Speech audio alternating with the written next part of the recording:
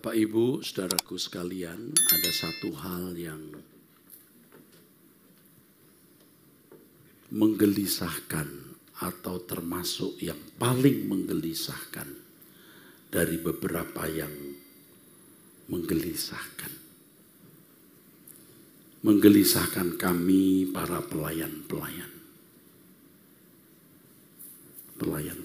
jemaat. Kami gelisah, saudaraku, kami gelisah. Kalau saudara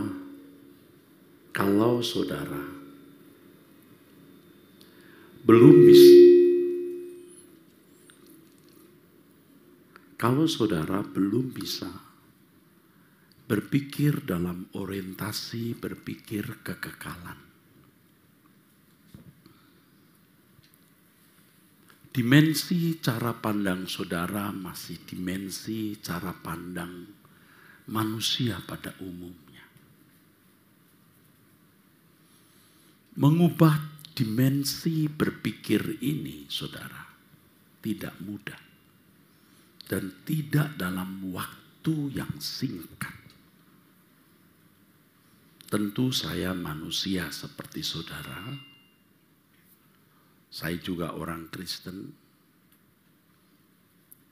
Lebih lagi saya seorang pelayan jemaat. Mengubah dimensi berpikir tidak mudah, saudaraku. Buat saya atau bagi saya, melalui pengalaman panjang. Pengalaman jatuh bangun, saudara, dengan berbagai persoalan-persoalan hidup yang harus saya jalani. Kepedihan, kesepihan, kepahitan, kekecewaan, kekhawatiran, dan lain sebagainya. Yang akhirnya mengubah paradigma berpikir saya. Atau kalimat yang sama adalah mengubah dimensi berpikir saya. Itulah sebabnya tadi saya katakan tidak mudah. Perlu waktu yang panjang, saudara.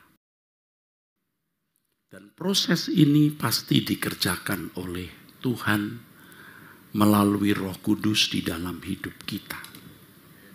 Jadi kalau di dalam Roma pasal 8 ayat 28 Alkitab berkata, Allah bekerja dalam segala hal mendatangkan kebaikan bagi orang yang mengasihi Dia. Itu bukan hanya perubahan karakter dari orang jahat jadi baik atau orang baik jadi baik sekali. Tetapi juga perubahan dimensi berpikir kita. Paradigma berpikir kita atau orientasi berpikir kita, saudara. Kita ini makhluk kekal, harus selalu ingat. Kita ini makhluk kekal, saudara, tidak sama dengan makhluk hewan atau binatang. Kematian kita bukanlah akhir perjalanan hidup. Kematian hanya sebuah transisi dari kefanaan kepada kekekalan. Makanya mestinya kita mengerti bahwa hidup yang sesungguhnya bukan sekarang. Sebab kita hidup di bumi yang tidak ideal untuk dihuni, saudara. Bumi yang membawa penghuninya kepada berbagai persoalan. Tadi waktu perjalanan kemari, istri saya menunjukkan seseorang yang saya kenal yang terkena sirosis tipe C. Orangnya jauh lebih muda dari saya, saudara. Kuat, ganteng, dan tidak pernah diduga bisa berkeadaan seperti hari ini yang menurut prediksi dokter tidak lebih 1 tahun. Mungkin tinggal beberapa bulan, saudara.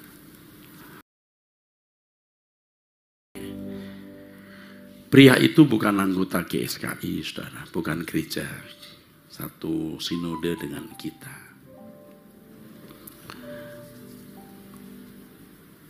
Surprise juga, dia juga seorang aktivis gereja atau seorang hamba Tuhan.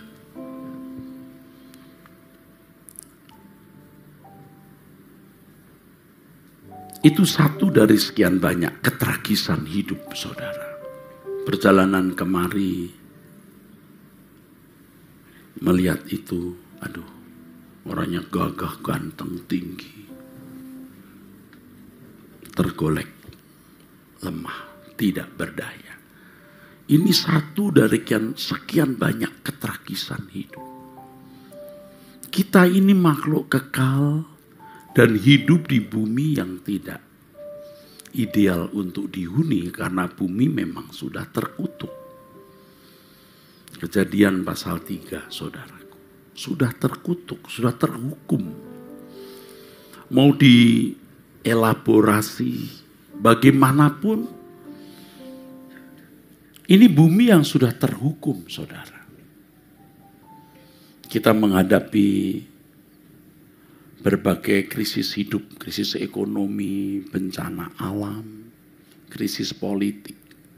Apalagi hari-hari ini ketegangan di Eropa, Ukraina, ketegangan Taiwan dan RRC yang makin tajam. Beberapa kali Taiwan menyatakan siap perang melawan Cina, RRC maksud saya. Kalau saya bilang Cina di sini bukan manusianya tapi negaranya ya, RRC. Dibangunnya aliansi-aliansi. Dulu Perang Dunia Kedua juga dimulai dari berbagai aliansi-aliansi, saudara. Rusia, Iran, RRC. Sekarang Jepang, Australia, Korea, Amerika. Bukan mengancam saudara, saya cuma mau mengajak saudara berpikir realistis. Here's life. Setiap saat bisa terjadi sesuatu di luar prediksi kita. Oleh sebab itu kita harus memiliki dimensi berpikir yang harus diubah. Kalau saudara tidak segera mengubah dimensi berpikir saudara, saudara tidak akan pernah bisa menghayati kekekalan. Tidak akan pernah bisa. Sampai di ujung maut ketika napas saudara mau putus, saudara tidak akan sanggup menghayati realitas kekekalan. Saya manusia seperti saudara. Sama-sama Kristen juga. Apalagi saya seorang teolog, pengajar sekolah tinggi teologi, pendeta gembala sidang. Mengakui betapa tidak mudahnya merubah logika duniawi kita ini. Logika umum yang kita warisi dari orang tua dan pengaruh lingkungan. Lalu memiliki logika rohani yang orientasinya, yang dimensinya kekekalan. Tidak mudah, saudara. Kalau saudara tidak benar-benar berjuang untuk mengubah dimensi berpikir saudara, sampai mati saudara tidak akan pernah. Itu berarti saudara terhilang. Dan jangan anggap remeh hal ini. Karena ini dianggap remeh oleh hampir semua orang. Hampir semua orang menganggap remeh hal kekekalan, saudara. Jangankan jemaat, kita bicara langit baru, bumi baru saja. Kita ketemu pendeta-pendeta tertentu kadang-kadang mencibir. LP3, pret katanya. Karena orientasi berpikir mereka hanya orientasi berpikir normal. Iya, saudaraku. Dan itulah yang kita warisi dari nenek moyang, dari orang tua, pengaruh lingkungan kita. Yang penting jalani hidup hari ini, bisa melewati berbagai rintangan-rintangan, ya. Dan tentu dengan segala keinginan dan cita-cita, serta obsesi-obsesi hidup yang kita harapkan kita bisa capai, bisa kita miliki. Saudara diparkir oleh kuasa kegelapan di situ. Kita ini anak-anak Allah, saudara. Yang diproyeksikan oleh Bapa di surga itu dimuliakan bersama dengan Tuhan Yesus. Roma pasal 8 ayat 17. Bukan hanya masuk surga. Maaf ya, jangankan dimuliakan bersama dengan Yesus. Masuk surga pun juga belum tentu. Jika saudara hidup tidak sesuai kehendak Allah, tidak mungkin masuk surga, saudara. Sebab orang yang masuk surga itu orang-orang yang hidup tidak bercacat, tidak bercela. Kadang-kadang saya berpikir, kenapa ya Allah tidak ngotot gitu, tidak provokatif gitu, kampanye yang besar-besaran gitu loh, supaya orang Kristen itu berkiblat gitu ke surga. Ternyata tidak. Iblis pun juga tidak kampanye dan provokatif membawa kita ke neraka kan. Sama-sama silent. Nah, tinggal tergantung bagaimana kita memilih, saudara. Bagaimana kita mengambil keputusan dalam mengarahkan hidup kita ini. Apalagi di sini saya lihat banyak orang-orang tua. Ini lebih banyak orang tua. Jangan anggap remeh. Kita sibuk dari satu kesibukan ke kesibukan berikut, saudara. Hari ini perbaiki dapur, kitchen setnya dirubah. Besok lihat tamannya kurang bagus dirombak. Besok lagi, beli tanah sebelah, kita bikin rumah untuk anak. Apalagi, terus. Bukan tidak boleh merencanakan jalan-jalan ke Eropa Timur. Sekarang pandemi tidak boleh, ya udah ke Jogja saja. Terus apalagi? Waktu kita habis di situ. Belum lagi ya saudara, di rumah itu kalau suami tidak dewasa, istri tidak dewasa, aduh, gara-gara taruh gelas salah saja udah berantem. Ya, dan banyak penyebab membuat ribut, saudaraku. Nah, setan itu memang membuat keadaan seperti itu supaya kita gagal fokus. Selain masalah-masalah yang bisa menenggelamkan kita, juga berbagai kesenangan-kesenangan, cita-cita, ambisi, obsesi-obsesi hidup kita yang membuat kita gagal fokus. Tapi saya perlu beri catatan di sini, kalau Bapak Ibu serius untuk mengubah dimensi hidup saudara, nanti masalah-masalah hidup justru ngangkat saudara. Bukan makin gagal fokus, makin tepat fokus, makin akurat. Jadi bagi orang yang memang tidak sungguh-sungguh mencari Tuhan, itu masalah-masalah menenggelamkan dia. Soal-soal kecil pun membuat dia tidak fokus kepada kerajaan surga. Tapi kalau saudara mengambil keputusan untuk mengubah dimensi berpikir saudara, nanti segala kejadian yang Tuhan izinkan terjadi ajaib.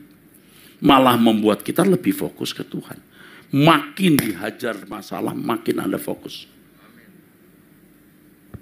Anda mengerti maksud saya? Amin. Di sini Bapak Ibu sudah tua-tua. Buset, mau kemana? Apa yang Bapak Ibu harapkan? Makin tua kita makin gak banyak makan. Yang banyak pantangannya. Seks juga sudah tidak. Suami istri sudah kayak temen aja. Mau apa? Jalan jauh tidak bisa. Apalagi dengan ada pandemi ini. Kita terkurung dan mestinya hal ini menyadarkan kita untuk memindahkan fokus, saudaraku. Di dalam Injil Matius beberapa kali saya mention hal ini ya, Matius pasal 6 itu, saudaraku. Tuhan berkata di ayat 21, karena di mana ada hartamu berada, di situ juga hatimu berada. Hati saudara rata-rata masih di bumi. Karena Anda tidak pernah investasi serius untuk kekekalan. Rata-rata. Termasuk saya bertahun-tahun begitu. Nah, saya bersyukur saya diproses Tuhan dengan keadaan-keadaan sulit, dengan kekecewaan, dengan kepahitan, dengan berbagai hal yang tidak perlu saya kemukakan di sini. Tapi di situ saya diangkat Tuhan. Lift me up, naik. Di mana ada hartamu, di situ hatimu berada. Nah, Bapak Ibu ini banyak yang masih miskin. Saudara, percaya saya silahkan, nggak percaya ya silahkan. Saya hanya menyampaikan apa yang Tuhan katakan. Di Lukas pasal 12, saudaraku, ini dikisahkan mengenai orang yang sibuk dengan berbagai hal. Bagaimana membuat lumbungnya lebih besar, bagaimana ia memiliki lebih banyak.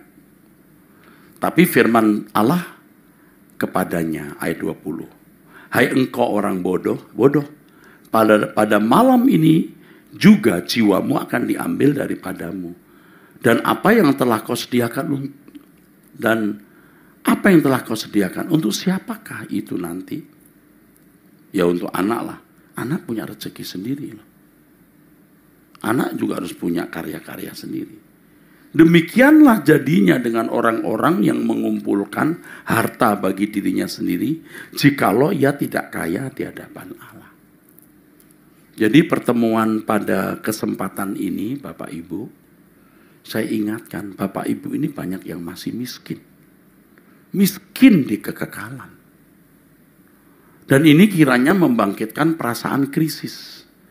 Supaya di sisa umur Bapak Ibu ini masih berkesempatan untuk mengumpulkan harta di surga. Di mana ada hartamu, di situ hatimu berada. Ya, ayat 21. Ayat 19, 20, apa? Kumpulkan harta di surga, bukan di bumi. Kumpulkan harta di surga, bukan di bumi. Maksudnya bukan supaya saudara memberi uang ke gereja, bukan itu. Tentu kita harus punya tanggung jawab mendukung pelayanan ini. Tetapi maksudnya adalah bagaimana kita memiliki satu kesucian hidup. Yang kedua, jangan terikat oleh dunia. Itu membuat kecemburuan hati Tuhan. Saya lupa bahwa saya punya ini papan tulis di sini. Waktu diangkat tadi, wow, saya lupa. Sedih juga sih, saya kayak kenangan masa lalu. Yang pertama, kesucian hidup. Nanti Bapak Ibu dipimpin Tuhan sendiri apa itu kesucian hidup. Mendengar kata kesucian, jangan saudara berpikir mistik atau berpikir sesuatu yang saudara pandang ini sesuatu yang berlebihan. Saya sering menjelaskan, kesucian itu natural, Pak. Natural. Anda naik mobil, dipotong. Anda mengalah, diam. Itu sudah kesucian. Istri hormonnya lagi tidak stabil, wek. Anda diam. Itu kesucian. Jangan dia, wek, Anda kuk. Kesucian itu natural dan praktis dan teknis. Jangan mikir yang enggak, saudara. Amin. Saudara diomongin orang, saudara cuman, ya enggak apa-apa. Kesucian. Anda dijahati, difitnah, Anda diam saja. Itu kesucian. Makin saudara diserang orang, makin Anda diam. Kesucianmu makin menyala. Amin. Anda disakiti, dirugikan, makin besar sakitnya, artinya serangan orang. Anda makin diam, makin mengampuni, itu makin hebat. Kesucianmu makin tinggi. Anda punya kesempatan korupsi 2 juta. Anda tidak korupsi, itu masih belum besar. Anda punya kesempatan korupsi 2 triliun, Anda menolak. Itu kesucian saudara luar biasa. Anda tidak berzina karena tidak ada kesempatan berzina. Itu belumlah kesucian. Anda punya kesempatan berzina, kesempatan besar, partnernya menyenangkan, Anda berkata tidak. Itu kesuciannya luar biasa. Amin. Ini contoh-contoh yang muncul di benak saya saja, saudara. Jadi kesucian itu praktis dan teknis. Jangan berpikir sakral lalu, wah nggak mungkin loh. Tuhan berkata kuduslah kamu sebab aku kudus. Ini harta kita di sini, Pak. Katakan amin. Amin. Jangan makin tua makin cerewet. Makin tua makin bengis. Makin tua makin genit. Mampuslah. Makanya anak-anak muda, yang saudara masih relatif muda ya. Kalau sudah mulai belajar membangun kesucian, waduh. Kamu buka gadget, lalu ada gambar yang tidak patut dilihat. Skip. Itu kesucian. Praktis. Jangan berpikir sakral atau suatu yang eksesif, yang berlebihan. Enggak, biasa aja. Ya, kita belajar ya Bapak Ibu. Ini banyak yang belum siap meninggal dunia. Yang kedua, harus terlepas dari ikatan dunia. Ya. Kesucian hidup yang kedua, terlepas dari percintaan dunia. Apa yang membuat saudara senang, itu menjadi berhala saudara. Oh, bukan tidak boleh jalan-jalan, duduk-duduk di kafe dengan sahabat, ngopi. Bukan tidak boleh saudara-saudara menikmati musik. Tetapi apakah hal itu mengikat saudara? Yang mestinya mengikat saudara itu adalah Tuhan. The only happiness I have. Tadi surprise loh lagu yang pertama itu. Lagu itu saya karang waktu saya sakit COVID, saudara. Jadi sebenarnya setelah saya sakit COVID bulan Juli, itu puncak-puncaknya COVID karena orang tidak bisa masuk rumah sakit. Waduh, saya kebetulan dapat satu kamar, saudara. Pertama berdua dulu. Yang sebelahnya orang tua umur 70-an. Sudah buka bajunya, sudah buang air di situ, apa di situ. Saya sebelahnya cuma ditutup pakai korden, saudara. Jadi lagi begini-begini, prot. Serius. Setelah itu baru saya dapat kamar satu kecil. Karena kamar mestinya satu jadi dua, dua jadi tiga gitu loh Bapak Ibu. Nah lagu ini saya tulis waktu saya sakit COVID. 21 hari sakit saya. 15 di rumah sakit. 15 hari Pak. Itu suster sibuk sendiri masing-masing. Kadang-kadang info saja sudah habis kita panggil nggak datang-datang. Sudah saya kutak-kutik sendiri. Mestinya makan ya, jam makan ditaruh. Nggak boleh makan Pak sebelum suntik insulin. Saya nggak punya gula darah, tetapi obat membuat gula darah saya naik 400-500. Saya nggak punya darah. Sekarang gula darah saya 110, 95, 96. Waktu kena COVID, saudara. Bisa 400 dan 500. Jadi sebelum makan harus diinsulin dulu. Nah, belum makan, susternya nggak datang. Saya lihat makan depan mata, udah lapar gini bengong. Dan ada dannya. Makanan saya itu makanan khusus. Saya dibawain oleh seorang aktivis, mamanya sayang banget. Ya. Itu Bu Noni Alfri itu. Mamanya kirim makan. Waduh makanannya begini. Bisa 3-4 jenis. Begini. Pokoknya hauce. Begini. Bisa 3. Waduh makanannya bener-bener mewah-mewah. Bener. Tapi saya nunggunya setengah jam. Capek bener. Terus saya cuma bisa lihat langit gitu saudara, langit. Saya bertobat ulang. Saya bertobat ulang di situ. Dimensi saya mulai berubah lebih kuat. Dulu sudah mulai, tapi sejak sakit itu, Bapak Ibu lihat khotbah saya berubah. Jadi jangan sampai Bapak Ibu ya meninggal dunia masih dalam keadaan miskin.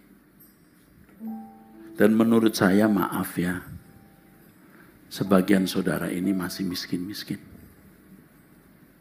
Benar. Ya, Anda periksa diri.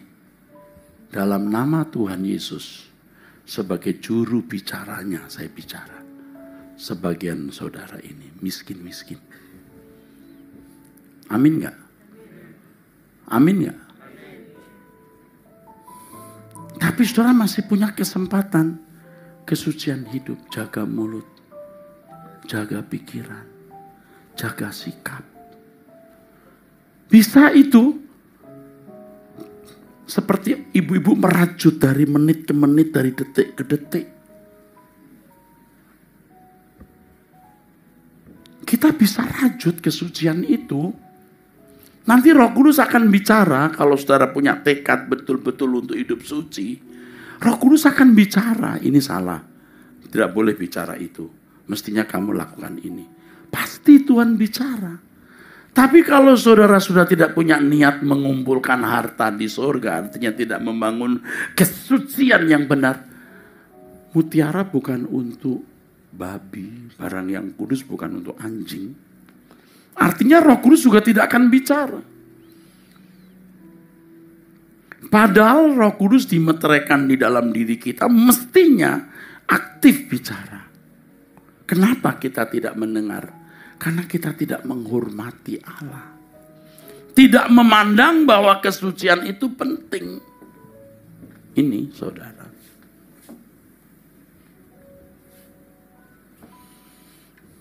Ingat ya, kesucian itu praktis. Bukan suatu yang mistik. Percakapan-percakapan yang tidak perlu ya. Kita betul-betul selektif. Pikiran yang tidak perlu jangan dipikirkan, buang. Dan kalau kita mau memeriksa diri bagian-bagian mana dalam hidup kita yang belum beres, doa.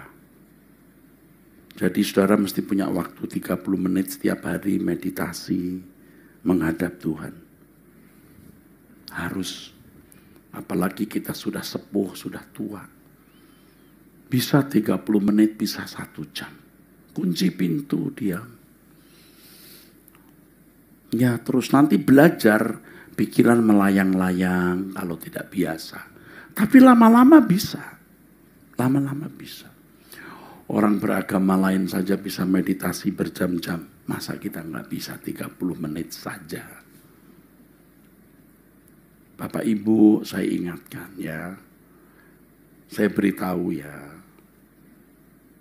Nanti kalau Bapak Ibu meninggal, lalu Bapak Ibu di hadapan pengadilan Tuhan baru mengerti, wow, ada perhitungannya. Saya tidak salah, saya sudah beritahu saudara. Makanya sebelum ada di hadapan tata pengadilan Tuhan nanti sekarang, tiap hari kita bawa diri kita di hadapan Tuhan. Periksa diri, Pak. Kehormatan loh, kita bisa ketemu Tuhan itu, kehormatan. Allah semesta alam itu ada, nyata, mestinya maha hadir, dan mestinya kita mengalaminya. Nanti bagian-bagian mana dalam hidup saudara yang harus saudara benahi, itu Tuhan akan garap lewat media. Medianya apa? Kejadian. Anda orang sombong, Anda orang sombong. Bagaimana menaklukkan kesombonganmu? Diberi kesempatan untuk menyombongkan diri. Nah waktu itu sudah mulai belajar. Salah. Anda punya kelemahan temperamen. Anda mesti dikasih media Tuhan. Kesempatan, keadaan di mana Anda mesti meledak marah. Anda menyangkal diri. Anda punya kelemahan apa? Tidak jujur. Anda punya kesempatan nyolong. Anda punya kelemahan apa? Seks. Anda punya kesempatan berzina. Anda berkata tidak. Nah itu pembuktian. Jangan berpikir supaya tidak berbuat dosa lalu bertapa di gua gelap atau di tengah hutan. Tidak bisa. Kalau orang mau jadi jago renang kan harus mesti berenang di laut yang bergelombang.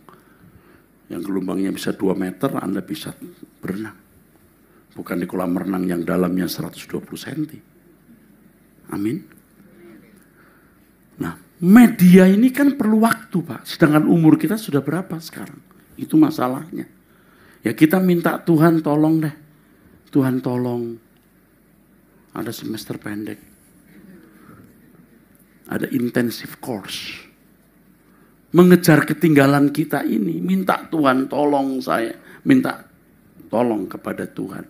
Belum terlepas dari percintaan dunia, Pak. Belum lagi itu. Tapi Tuhan akan garap. Yang penting kita punya kesadaran dulu, Tuhan. Jangan sampai waktu aku meninggal dunia, aku tidak siap menghadap tahta pengadilan Tuhan. Tolonglah aku Tuhan. Dan saudara memperkarakan ini dengan serius. Jangan karena saya yang khotbah. Memang faktanya begitu, Bapak Ibu harus benar-benar sadar. Kekekalan itu mengerikan, saudaraku. Katakan amin. Kekekalan itu dahsyat. Karena hampir semua orang tidak peduli kekekalan, maka saudara dan saya ikut terbawa. Bahkan di gereja pun pendeta sibuk ngurusin jemaat. Bagaimana jemaat banyak, bagaimana kolektanya masuk, lalu bagaimana kegiatan ini, kegiatan itu. Sampai kita lupa kekekalan, Pak. Jangan sampai juga kita begitu.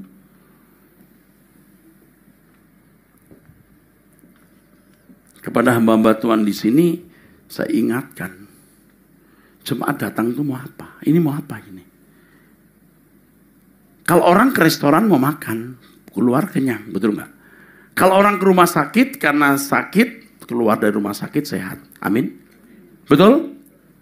Nah kalau ke gereja mau apa? Ya Pak, supaya ekonomi baik lah Pak. Lah kalau cuma ekonomi baik, banyak orang tidak ke gereja juga ekonominya baik. Supaya dapat jodoh loh. Banyak orang tidak beragama, tidak bertuhan pun bisa dapat jodoh. Nah, apa yang gereja ini bisa berikan yang tidak bisa diberikan oleh siapapun? Kebenaran firman. Yang membuat Bapak Ibu mengalami kesadaran. Nah, yang begini ini loh yang mesti disampaikan. Tiap minggu mesti disampaikan terus kebenaran demi kebenaran. Supaya orientasi berpikir saudara diarahkan. Makanya para pendeta-pendeta aktivisnya orientasi berpikirnya harus berubah dulu. Bukan sekedar kasihan ibu itu ada masalah kita konseling. Apa tujuannya konseling? Ya supaya dia sabar. Untuk apa sabar? Harus jelas apa orientasinya, apa proyeksinya. Kasihan bapak itu lagi nganggur, nggak punya penghasilan. Kita bantu anaknya kuliah. Harus. Tapi tujuannya setelah itu apa? Kalau cuma begitu, di luar sana juga banyak kegiatan sosial diakonia. Makanya Bapak Ibu, pertemuan pada kesempatan ini saya harap membuat Bapak Ibu siuman, berjaga, sadar sebelum waktu Bapak Ibu itu selesai. Loh bisa kapan saja kita meninggal Pak? Amin. Loh amin. Sadar Pak, saya bukan ngajari saudara, saya juga cuma menyampaikan firman, saya sendiri juga bertobat Pak. Biar pendeta juga mesti bertobat. Jangan sampai Bapak Ibu di hari usia tua, atau siapapun kita orang-orang muda jangan berpikir kau masih punya umur panjang, kita tidak tahu kapan hari kematian kita. Kita harus memindahkan hati kita sedini mungkin. Sebab menjadi anak Tuhan itu, anak Allah maksudnya. Itu dimensi hidupnya beda dengan anak-anak dunia, Pak. Di dalam Kolose pasal 3, ayat 1 sampai 3. Firman Tuhan mengatakan apa? Carilah perkara yang di atas, bukan di bumi. Dimensinya begitu.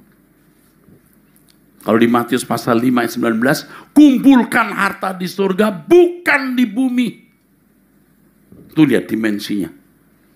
Tuhan Yesus berkata di Yohanes pasal 17, kamu bukan dari dunia ini, sama seperti aku bukan dari dunia itu. Dunia ini, itu dimensi. Nah, kita belum sampai merubah dimensi berpikir kita. Termasuk saya berbelas tahun, berpuluh tahun juga tidak memiliki dimensi yang jelas. Maka suatu kali dalam kebaktian, saya berdoa begini, saudara. Tuhan, ubahkan logika duniawi saya. Itu di akhir kebaktian. Muncul kalimat itu. Nah, sekarang Bapak Ibu sadar Bapak Ibu itu dan saya ini orang luar biasa. Yang dipilih oleh Tuhan menjadi anak-anak Allah. Menjadi anak-anak Allah itu seperti yang sering saya katakan bukan sekedar status aku anak Allah. Tetapi harus berkeberadaan sebagai anak Allah. Dan untuk berkeberadaan sebagai anak Allah kita harus mengusahakan diri. Karena itu tidak bisa otomatis, saudara. Tidak bisa otomatis. Kita yang harus mengusahakannya. Makanya di dalam Matius 6 ayat 33 firman Tuhan mengatakan, carilah dahulu kerajaan Allah. Coba ayat yang sudah begini populer, sudah kita dengar sejak muda. Bagi Bapak Ibu yang Kristen dari muda ya. Pasti sudah berulang-ulang mendengar Matius 6 ayat 33 ini. Carilah dahulu kerajaan Allah dan kebenarannya.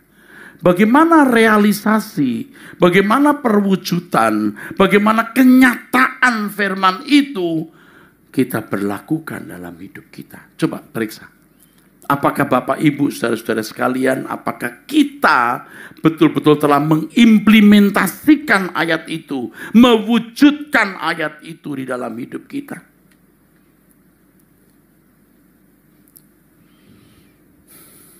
Di beberapa gereja dulu waktu muda ya, kalau diajar cari dahulu kerajaan Allah, maksudnya rajin ke gereja.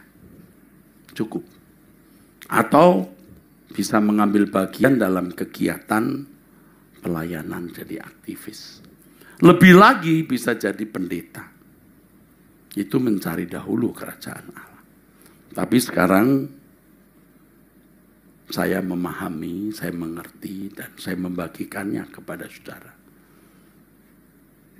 Mencari dahulu kerajaan Allah itu usaha kita untuk menjadi seorang yang berkeberadaan sebagai anak-anak Allah. Berkeberadaan sebagai anak-anak Allah itu artinya seorang yang berkodrat ilahi, Pak. Berkodrat ilahi, jangan berpikir mistik lagi ya. Berkodrat ilahi artinya segala sesuatu yang kita lakukan itu selalu sesuai dengan pikiran perasaan Allah. Dari hal-hal praktis. Tadi saya beri contoh, naik mobil dipotong. Ini hal sederhana yang anak dunia pun juga bisa melakukannya dengan baik. Anda naik mobil, dipotong orang, Anda tidak marah, Anda diam. Ya mungkin orang itu lagi buru-buru istrinya mau melahirkan. Ya. Praktis saudara. Nanti belum lagi masalah-masalah dengan tetangga, dengan pembantu, dengan rekan bisnis, dengan atasan, dengan bawahan. Setiap kata yang kita ucapkan itu dipertanggungjawabkan, apalagi kalimat, apalagi narasi, saudara. Dari kehidupan di mana kita secara praktis, saudaraku, menjaga kesucian itu, maka terbentuk otot-otot kodrat ilahi di dalam hidup kita. Tentu dari hal-hal kecil, dari hal-hal sederhana, Roh Kudus pimpin kita. Dari hal-hal umum yang orang lain bisa lakukan, kita lakukan. Ya saudara, dari tetangga yang cerewet, ya udah kita nggak usah ribut ya. Giliran daun dari pohon mangga kita jatuh ke tangga, dia ngomel-ngomel ya saudara. Giliran daun dia berantakan depan rumah kita, ya kita nggak usah ngomel. Hal sederhana seperti itu, saudara. Dari tamu kita parkir depan rumah dia diomelin, giliran dia punya tamu parkir depan rumah kita nggak usah ngomel. Dari hal-hal sederhana yang orang-orang dunia juga bisa lakukan, kita lakukan. Sampai nanti Tuhan akan tingkatkan kita kepada hal-hal sederhana, hal-hal yang tipis, yang halus, yang di mata manusia itu mungkin tidak tertangkap. Tetapi karena kita berjalan dengan Tuhan, kita harus berjalan sesuai pikiran perasaan Allah. Kita selalu tepat melakukan apa yang sesuai dengan kehendak Allah. Batinnya kita akan digarap oleh Allah. Itulah kesucian yang membangun kodrat ilahi di dalam hidup kita. Amin. Itulah sebabnya tadi saya katakan bukan sesuatu yang mudah dan bukan sesuatu yang cepat. Sambil contoh misalnya ya, saudara dimusuhi tetangga tadi, itu masih hal kecil. Karena orang-orang di luar Kristen pun juga mengalami hal itu dan mereka bisa bersikap benar. Tetapi kalau kita mau dijadikan sempurna seperti Tuhan Yesus, maaf jangan takut ya. Saudara bisa sampai tingkat diludahi orang. Sampai betul-betul disakiti begitu rupa tapi saudara tidak membalas. Nah ini kodrat ilahinya akan makin tinggi dibangun di dalam hidup kita saudara. Maka perlu perjalanan waktu, perlu media yang tadi saya telah kemukakan ya. Jadi kalau sekarang saudara ya mungkin dimusuhi oleh ipar, ditekan oleh mertua atau dikhianati oleh menantu, itu bisa menjadi media-media yang baik di mana Tuhan mau menyempurnakan kita.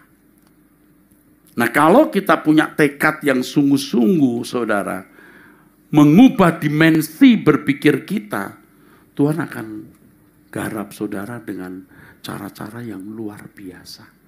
Dan saudara asik, saudara mengerti pendidikan Tuhan dalam hidup kita untuk mempersiapkan itu.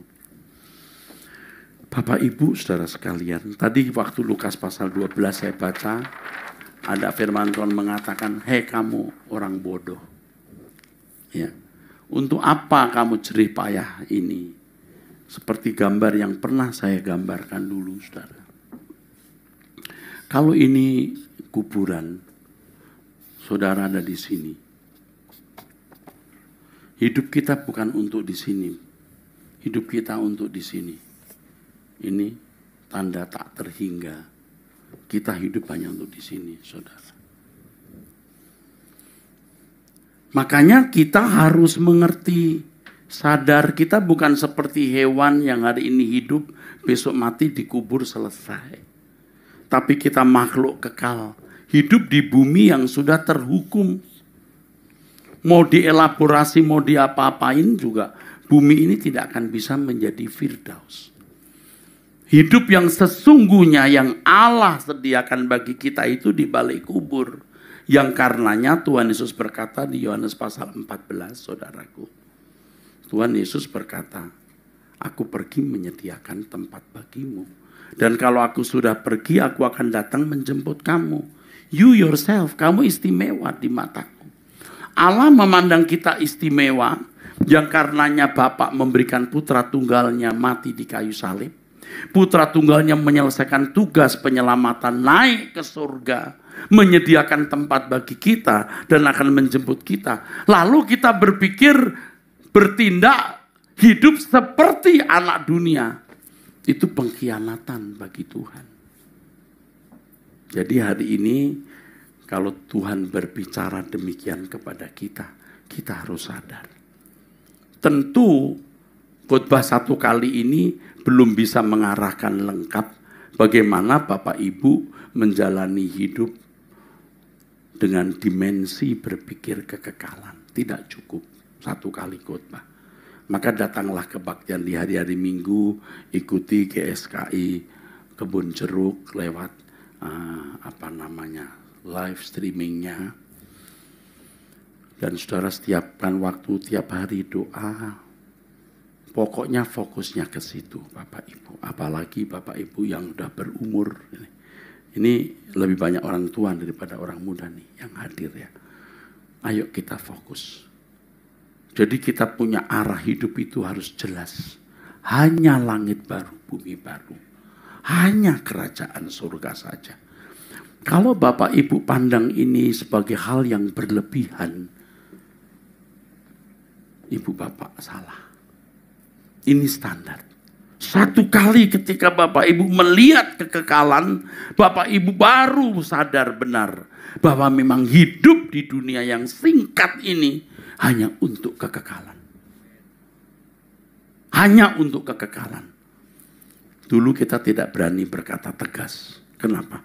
Kita takut dianggap sebagai ekstrim, tidak realistis, utopis kayak orang mimpi. Hari ini saya harus berkata tegas. Hidup kita hanya untuk kekekalan. Jadi kalau kita berumah tangga, kita berkarir, studi, bisnis, ngurus rumah tangga, itu semua hanya media yang menyempurnakan kita agar kita layak masuk langit baru, bumi baru. Jangan berpikir orang tidak menikah lalu bertapa di tempat-tempat gelap, tidak melakukan pekerjaan, terus dia siap ke surga. Dia nggak punya media. Dia nggak pernah diproses. Sebaliknya saudara yang punya pasangan hidup, yang belum tentu juga menyenangkan saudara. Saudara yang harus bekerja mati-matian banting tulang. Saudara yang bergaul di tengah-tengah dunia yang gelap, yang mempunyai banyak jebakan yang membawa saudara. Dan saya jatuh dalam dosa. Saudara tetap bertahan untuk memilih Tuhan. Saudara orang-orang yang dipersiapkan untuk kekekalan. Kita ada di gereja yang tepat. Gereja yang bicara langit baru, bumi baru. Gereja yang selalu bicara soal kesucian. Walaupun kita tentu untuk mencapai kesucian harus berjuang. Gereja yang mengajarkan kita bertanggung jawab. Bertanggung jawab atas kesehatan tubuh, bertanggung jawab atas pekerjaan. Tetaplah kita di sini. Dan kita akan pulang bersama di surga. Amin.